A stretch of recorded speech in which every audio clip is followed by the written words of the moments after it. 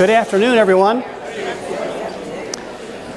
A warm welcome to everyone as we take a mid-year look at the progress and many of the developments that have happened across the Health Science Center campus. It's been about 6 months since we last met, and in that time there have been many developments, and I'm delighted to share those with you today. There'll be lunch afterwards at the conclusion of these remarks in the foyer outside, so please help yourself to that. So let's get started, and let's start with the fact that it's fiesta time in San Antonio.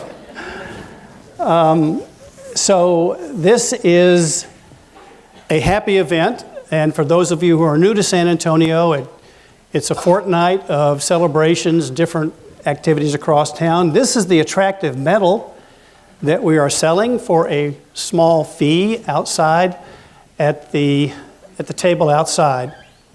And the proceeds from that sale go to the Employee Assistance Fund, is that right? Partially to that, which is a fund that we keep for employees who need financial help throughout the course of the year. Now there's a story behind this picture. This was taken a couple of years ago when I was asked to ride on the UT Health river barge in this river parade. One of the events during the week is there's a river barge float that goes down actually 75 floats that go down the San Antonio River. And the guy in the pork pie hat here, this guy, was the leader of the band. There are no bathroom facilities on this float. It takes 3 hours to get down the river, especially if you start late and you're boat number 68 of the 75 boats. And as you can see, there's a drummer on the boat, this guy here, and then several other decorated members of the Health Science Center faculty. By the time we started, they had had a chance to enjoy the alcohol on the boat. And by the time we reached the first bend in the river, they decided their favorite song was Proud Mary, which they played over and over and over again. I haven't been able to listen to Proud Mary since this episode. So any of you want to be on this river barge, please identify yourself, and I'll be glad to find you a spot on the river barge. Anyway, it's a happy event. There'll be a TV show that films this while this is going on, and I think you'll have a good time coming and being part of this. By the way, there's plenty of seats down here in front. If those of you come on down, Bob, come on down and have a seat in the front. Please come down, don't be shy. Some upcoming events that are happening. I'm particularly proud of you for signing up to be part of the event we're going to have over in the Holly Auditorium, where the San Antonio Opera is returning to have an encore performance. You may remember this from a couple of years ago, year and a half ago, we had them come. It was the single best musical event that I had been to on the campus, and I mean that sincerely and earnestly. I know opera is not accessible to many of you, and many of you have already antibodies to going to the opera, wouldn't be caught dead in the opera. But I picked out the arias here, and I picked out ones that are tuneful and ones that I think you'll like.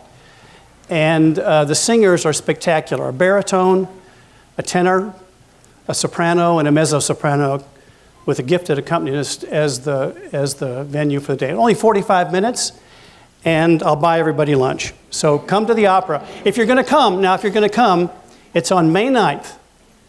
Chief Parks, I want to see you come to the opera. Will you be there?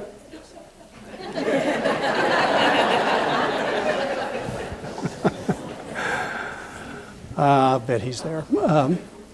Opera on May 9th, RSVP, but then come.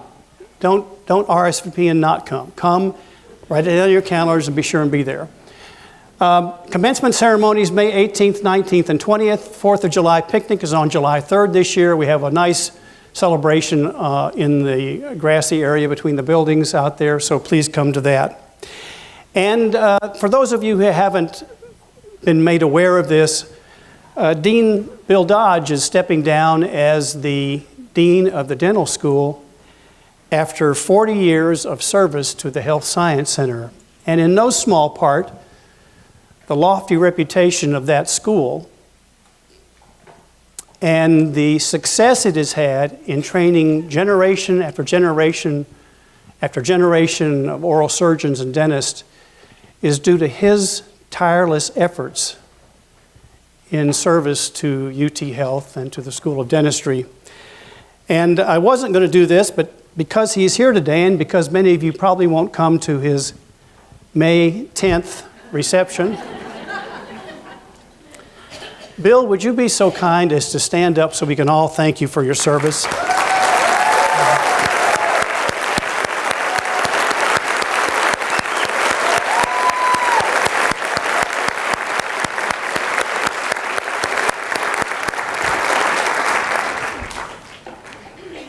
You know, it's an anniversary year for San Antonio. It's 300 years of the city's founding by Canary Islanders sent here by the King and Queen of Spain. It's the 50th anniversary of the founding of the Health Science Center, which was founded as a medical school called the South Texas Medical School. Next year, we celebrate the 50th anniversary of the School of Nursing, and soon thereafter, the other professional schools that came in succession after the founding of the medical school. So I thought it would be useful to just take a very quick look back down memory lane of what's happened in just the last few years of our being together. And if you're like me, I think you'll have a keen sense that there's been enormous progress here. Just enormous progress. So this slide shows several of the buildings. It's not just, by the way, I should say, it's not just in the bricks and mortar part of the equation. It isn't just that we've put up handsome new buildings and we've taken a lot of care in the programs that go in those buildings. It's the fact that we've accompanied that by growth in our faculty expertise, the success of our students, and the growth in our wonderful staff. So with that in mind, the slide shows the Greehey Children's Cancer Research Center, which is home to a unique set of individuals who study children's cancers. More about that in a second. Our new UT Health MD Anderson Cancer Center, an honorary name given to it by the Mays family, just the last couple of months. The Mark Building, home to our clinical medicine practice, the STRF, now completely occupied by investigators. The finest dental education and clinical delivery building in the United States, the CORE, the Center for Oral Health Care and Research. The beautiful new Academic Learning and Teaching Center, which has been built with the new curricula of health education in mind for the medical, dental, health professions, and nursing schools. And then an acquisition that we made just a couple of years ago for the Professional Administrative Resource Center. And new projects are underway. This picture was taken from the rooftop of the McDermott Building, and it shows the relocated site of the Bar Shop Center coming out of the ground along Floyd Curl. Here is the Mark Building here. Here's the research building here, the South Texas Research Facility. And this is going to be a magnificent new science building on our campus to first house the Bar Shop Institute investigators who are moving from West San Antonio to the medical center to create all the adjacencies they need to be even more successful than they already are. And they're already the only aging and longevity center in the country with a number of highly competitive grants that are given to only the very best investigators in aging research. Now, there's a parking lot that's barely visible that's right here. There's a surface parking lot on this side of the Mark Building that we hope will be ultimately home to the Biggs Alzheimer's and Neurodegenerative Center There will be a bridge across Floyd Curl Drive from the new bar shop to the STRF so that adjacencies can be achieved and so that we can take advantage of the many scientific cores that exist in the South Texas Research Center.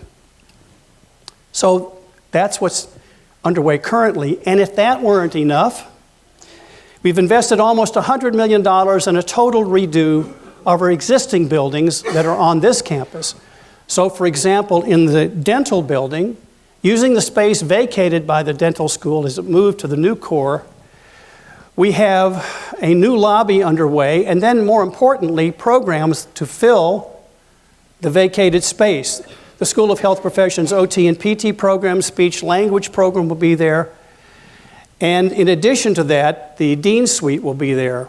The Long School of Medicine departments of pediatrics and ear, nose, and throat will also move to that site. There's a beautiful new renovation ongoing in the nursing school that will renovate the public space, the classrooms, and modernize the building so that the nursing students have advantages in their curricula. And then 7 data centers, you may not know about this, are being consolidated to one so that in June of 2018 we'll have more efficiency, reliability, save more money, and have fewer outages with that going on. And on the docket. By the way, here's the picture of the bar shop, the new bar shop, what it will look like, and that site I showed you. Now, I've told you before, and I hope this hasn't alarmed anybody, but that bridge that goes across the plaza is structurally unsound. And we're going to give adequate notice to the occupants of that bridge before we knock it down.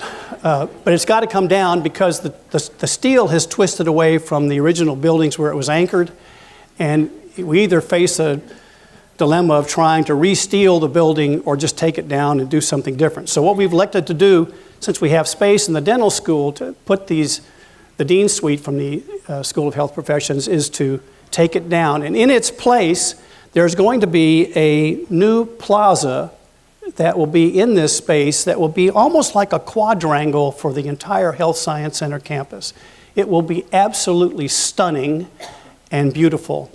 This slide shows that plaza from the ground level, from where the cars turn around in the front of the place. And it shows this silver cladding on the exterior of the medical school. And this is what it looks like if you're standing in that parking lot and looking at it, with UT Health on it, and it has the Joe R. and Teresa Lozano Long School of Medicine on the cladding. It will be beautiful. There's a new lobby plan for that entrance so that you can go left into one building, right into the other buildings, and it'll be a place where people can have classes outside, where people can study outside, where people can sit under the trees and enjoy the breeze and just enjoy the ambiance of the place. I know all of you have enjoyed the construction that's been going on at the front of the Health Science Center. I'm embarrassed to say I didn't know anything about it, but I've certainly enjoyed standing in the lines and waiting to be waved through when there was construction going on at that place. So this is looking at Floyd Curl, down Floyd Curl with the STRF on the left and the mark on the right, and this is a project financed by the San Antonio Medical Foundation. And it's actually a very good project because if I can just hit this here, this is what it's going to look like when it's finished. There'll be bike lanes and running lanes along the side of the street, which will increase access for pedestrian and bicycle traffic to the Health Science Center. And that's badly needed because right now I'm holding my breath when I watch people ride bikes up and down Floyd Curl and up and down Medical Drive. And the other idea behind this, in increasing these walkways and other kinds of traffic, is this. Let me orient you to this slide. This is Louis Pasteur, where I'm pointing right now. And this is the curve of the Health Science Center, and this is Floyd Curl. So this is the corner of Louis Pasteur and Floyd Curl. And in our running track that goes around the Health Science Center now, we're going to put a series of exercise stations which are being financed to include our Green Street initiative. And so there'll be 4 new of these exercise stations, which will enhance the experience for students and for staff and for faculty at the Health Science Center, as well as for our neighbors who live in this community, which I thought was a good idea. I thought it was a good idea for everybody's health to provide these new additions to the place. So this is what's going on there. So many new physical changes. Now, to do these changes, we need a robust bottom line financially. And the point of this slide is to tell the audience that the Health Science Center is in the best financial shape that it's ever been in. This despite an opaque crystal ball when it comes to how healthcare will be financed in the United States. In part, this is due to the fact that several years ago, when it became clear we couldn't rely on the Texas State Legislature, on the federal government, on anything that had to do with funding coming from the political realm, that we had to make all of the changes that we made to finance our success and our growth internally. We had to do this ourselves. In other words, the only people upon whom we could rely was us, was our faculty and our staff and our students. And taking that to heart has resulted in this incredibly positive story that's told on this slide. The first story that's told is that finances in the budget have certainly increased, as indicated by the blue histogram bars. What's also shown on this slide is that the reserves in the Health Science Center continued to mount and now are substantial. We've done this as a result of being very prudent financially, very careful financially, and making strategic investments. So that's where we stand. And the goal is that by 2023, in 5 years from now, the budget will be $1.1 billion for the Health Science Center. Now that's without owning our own hospital. That's without a hospital added into the budget. And that is just incredible. But it's certainly doable. What's changed in the last decade in terms of our pie chart showing where revenues come from is that clinical revenue is now almost half and soon will be over half of the budget. That's necessary in order to fund the subsidies that are required to have a robust research and education mission, because we don't get dollar for dollar what we need in subsidy from the state legislature to pay for education. And we certainly don't get that to subsidize our research programs, which we have to have if we're going to grow in reputation and stature to be an academic medical center of the first rank. So this is only going to increase. I might point out something here that would be lost to many of you if I didn't point it out, and that is this sliver, 4% to 8%, involves other revenue streams. And in this regard, we have to point to the fact that philanthropy has been incredibly important here. We've made that a central success point due to Debbie Morrill and all of the development team that's in this audience. And we went from raising $30 million a year in philanthropy to the last 2 years north of $90 million in philanthropy. And that's important because it means that people actually believe in you. They actually are willing to put their treasure and believe in you. They believe in us. They believe in these missions for sure, but they believe in our ability to make these missions successful. So, incredible success story. Now, we wouldn't have been able to do that without the staff, the people whom we have here. We certainly wouldn't have attracted the new people we've attracted if it weren't for the fact that we have talented people who are here now doing the mission every day, and many of them for very long periods of time. This was an employee appreciation event that we had several weeks ago, and this is Chris Doyle here. I think that's Dr. Johnson there. Is that right?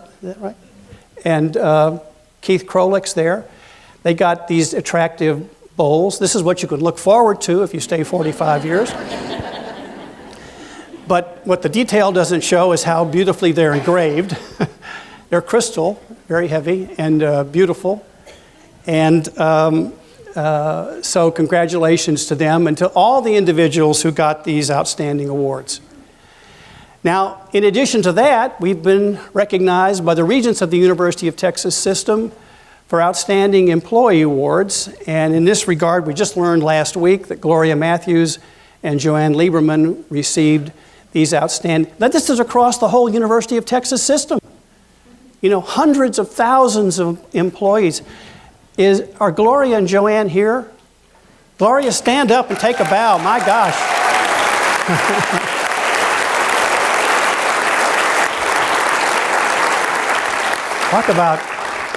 Talk about exciting. I'm going to introduce these next group of people as a group, but I want to spend a second to tell you who they are. Every year we have these presidential awardees who are nominated by peers and then through a competitive process are given these awards. And just last month or so we had a nice event in honor of them. So let me read through the next couple of slides and tell you about these people. First of all, starting at the top left are Roseanne Barajas, Chris Green, Jeff Jackson, Lakeisha Johnson, and Myra Joseph. And then Bruce Christensen, Mike Little, John Myers, Martha Acosta, Jane O'Rourke, K.O. Yajobi, Craig Sisson, Achint Singh, Azizi Sohan. The UT Teen Health team was honored with the President's Team Excellence Award. This is the group that has lowered the teen pregnancy rate in Bexar County by, I think, 30% or so. Is that right? About 35% in the last just few years. I mean, an example of an enormously successful program led by Kristen Plastino, who is here in the center. And congratulations to them. Jean Bopassa sitting here, he won the Distinguished Junior Research Scholar Award for his work in cardiology. And Jean Zhang, Ashbel Smith Professor, Department of Biochemistry in the Long School of Medicine, the Distinguished Senior Research Scholar Award. All of those people whom I just announced, would you please stand up and be recognized, please? Bravo.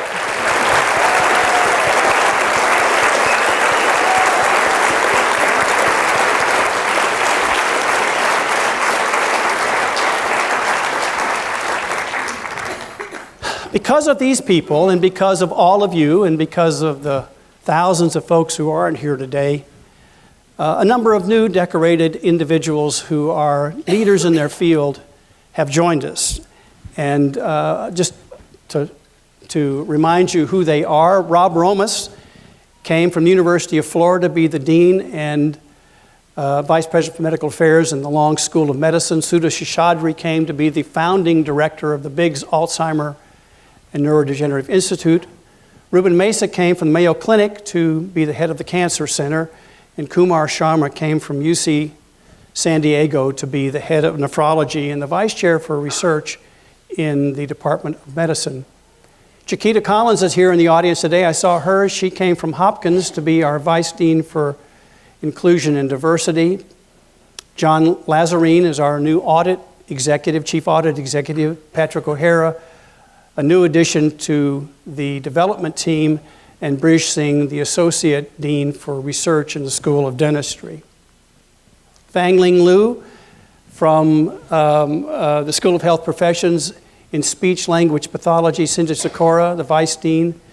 In Nursing, Amy Tawney just joined us as the new HR Director. Alexis Ortiz is coming as the Chief of PT in the School of Health Professions.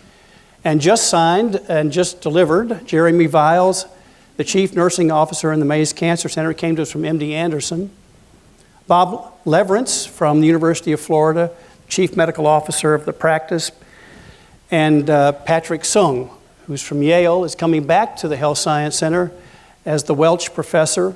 a decorated scientist of incredible renown, is joining us in that important position. And Jean Wang is joining us as the Vice Dean for Research. She's joining us from Health Science Center, Houston. Now, none of these people would have come if it weren't for the fact that we have accomplished as much as we've accomplished in these last 10 years. And because they saw the opportunity of what's to come, what's around the corner for us. It's a little like climbing a mountain, you know, where you get to a place on the mountain where you look back over your shoulder and you can see how high you are and how far you've come. And it's dazzling to be there. But when you turn around and look up the hill that you're on, you can't quite see the summit yet. But these people are here to help us and to join with us in this onward push to the summit. There's good news in research grants. I'm pleased to share with you. All in, 5% increase in growth.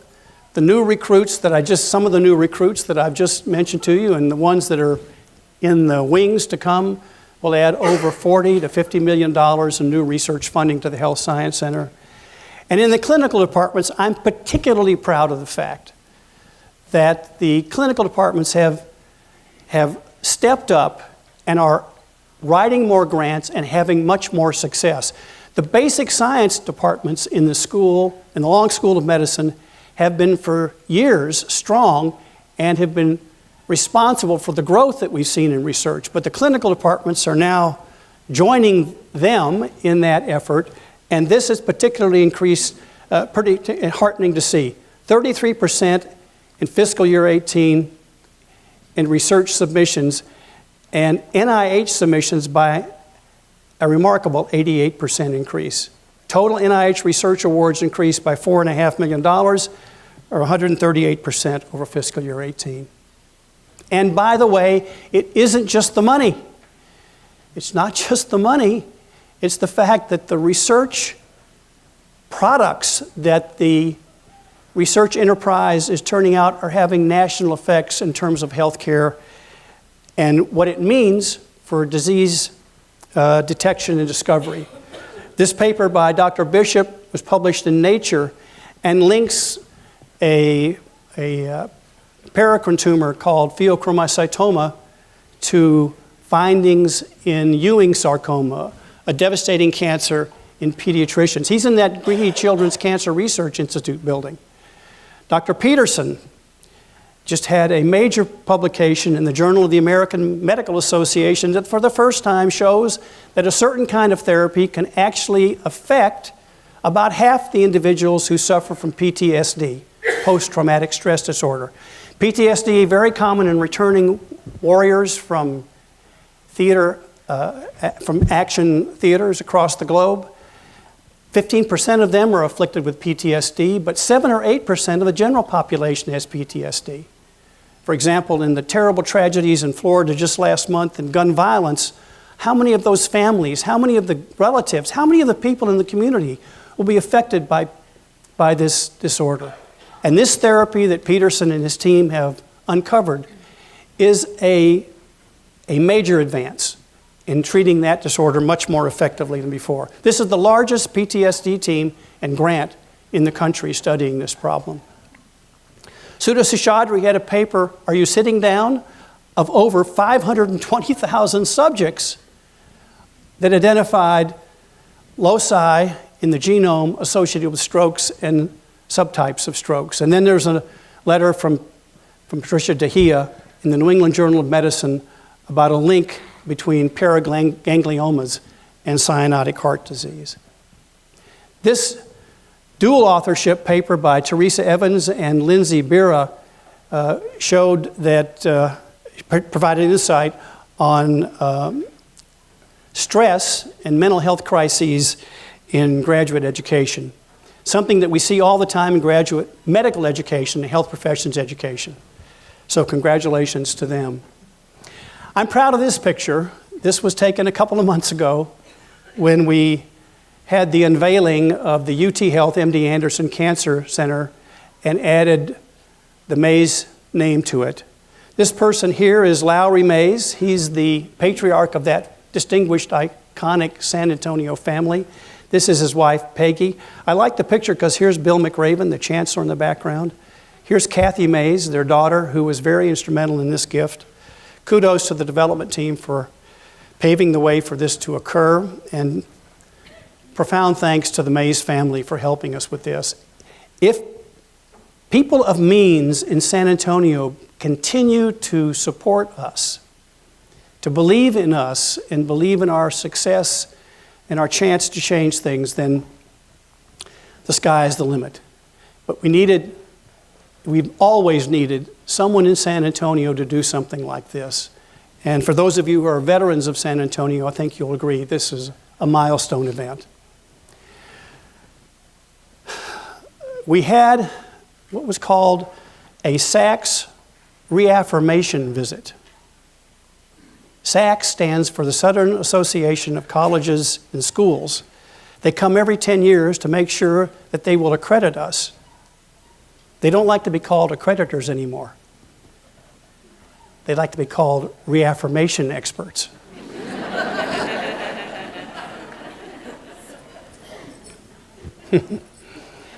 But we know who they are. So here's the story on this. I took this picture last week.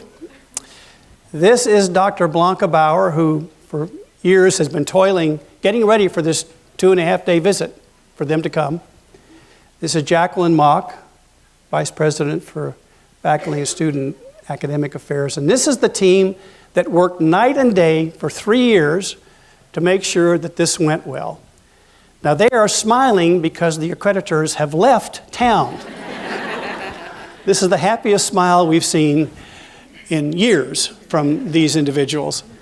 The visit went well. There were many compliments to the Health Science Center that they offered to us. We will get the final verdict on what's going to happen in December of this year.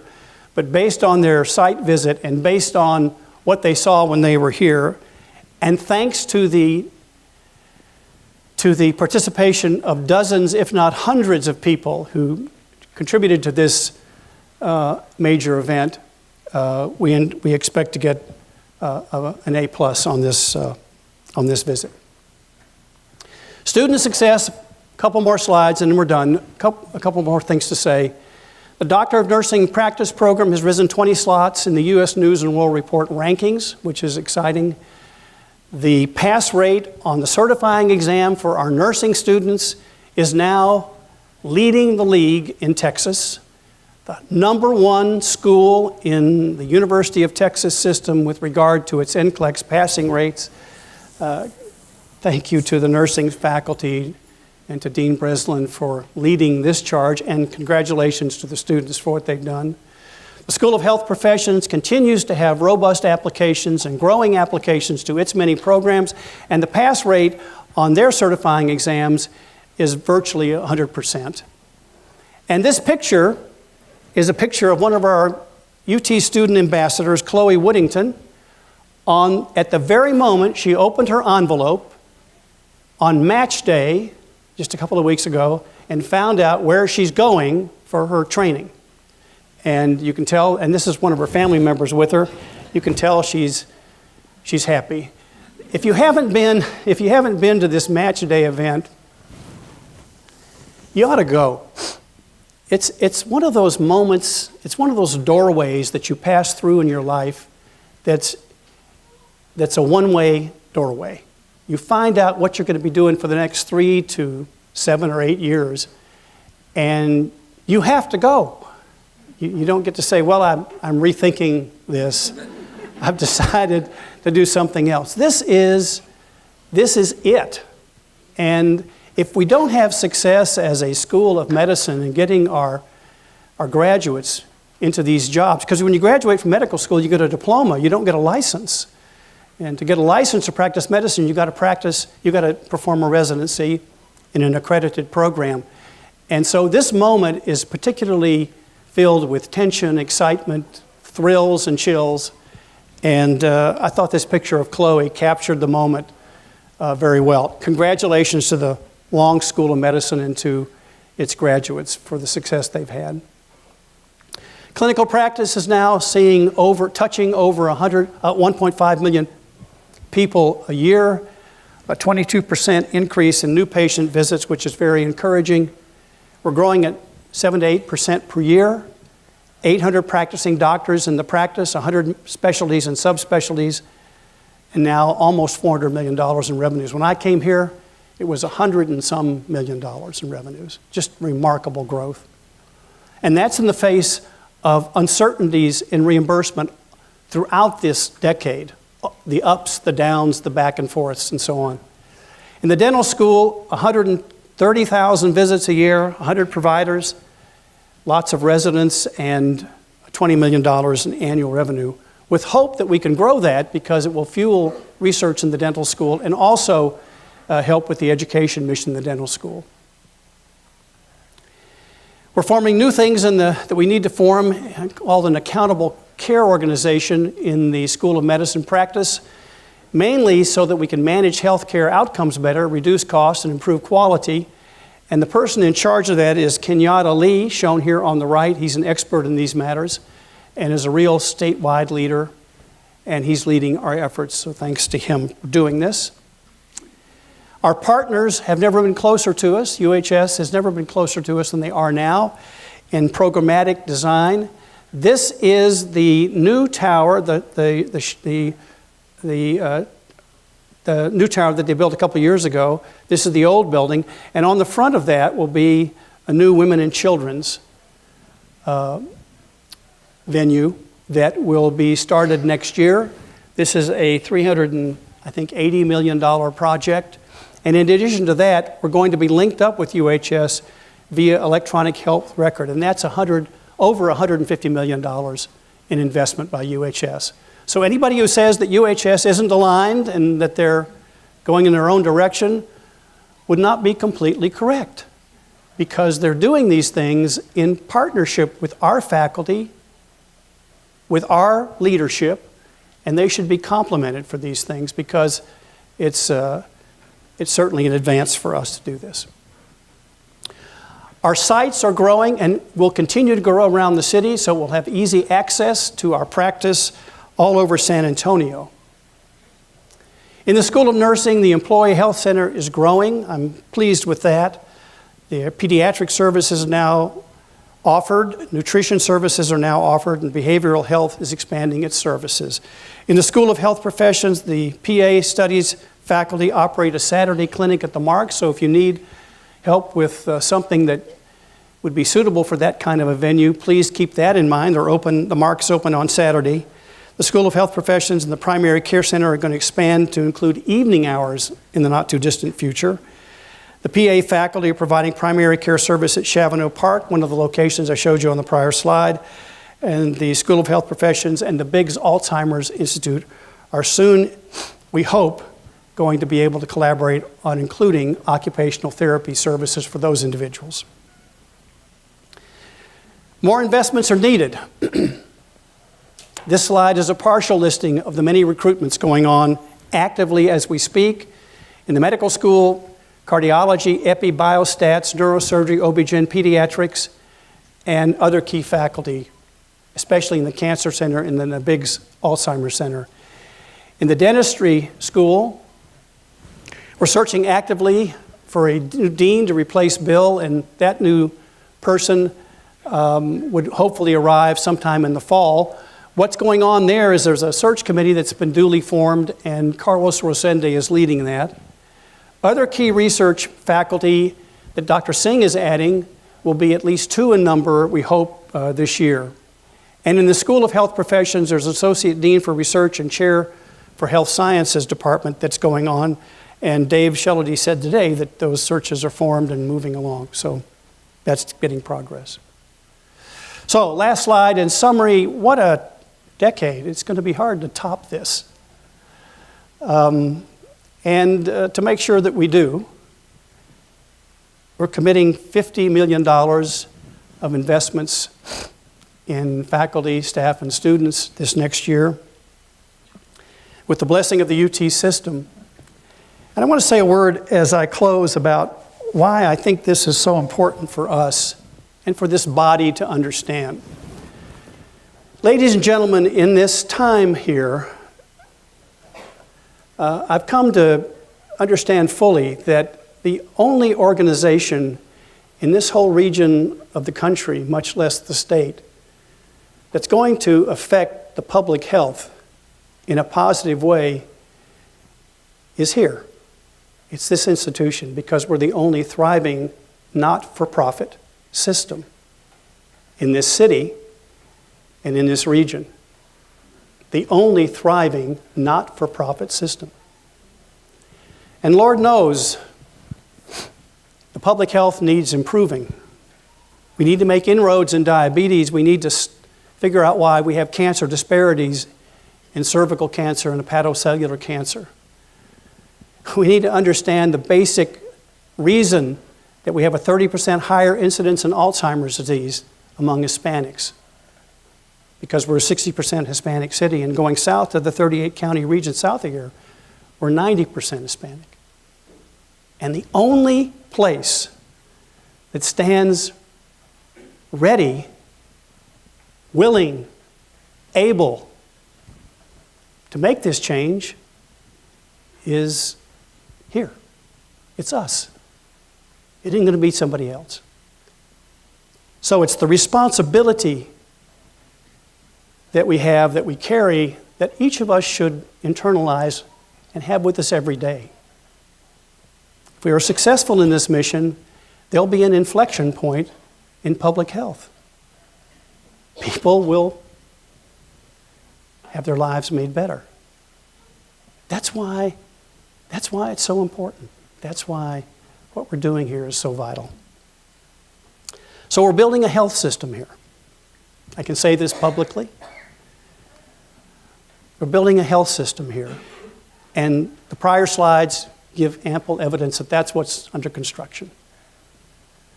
Not to the summit yet, but a long way up the road.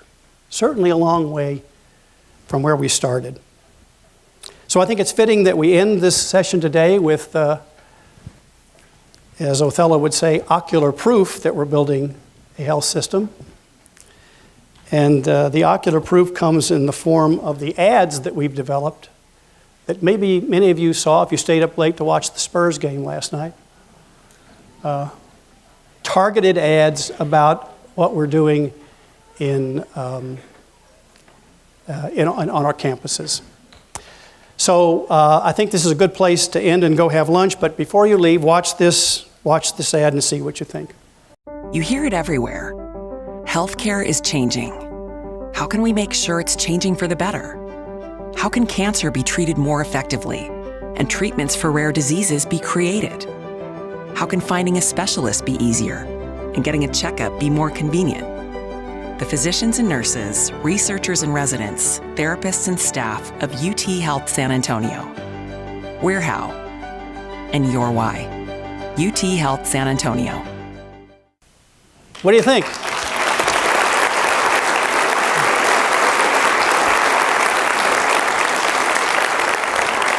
Thanks, Heather, for your work on that. Heather Adkins and her team put that ad together, and I think it captures very well what we're doing here. And we had to get Cisco in the video.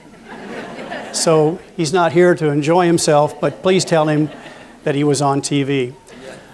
All right, thanks very much. Let's go have lunch. Thanks for coming today.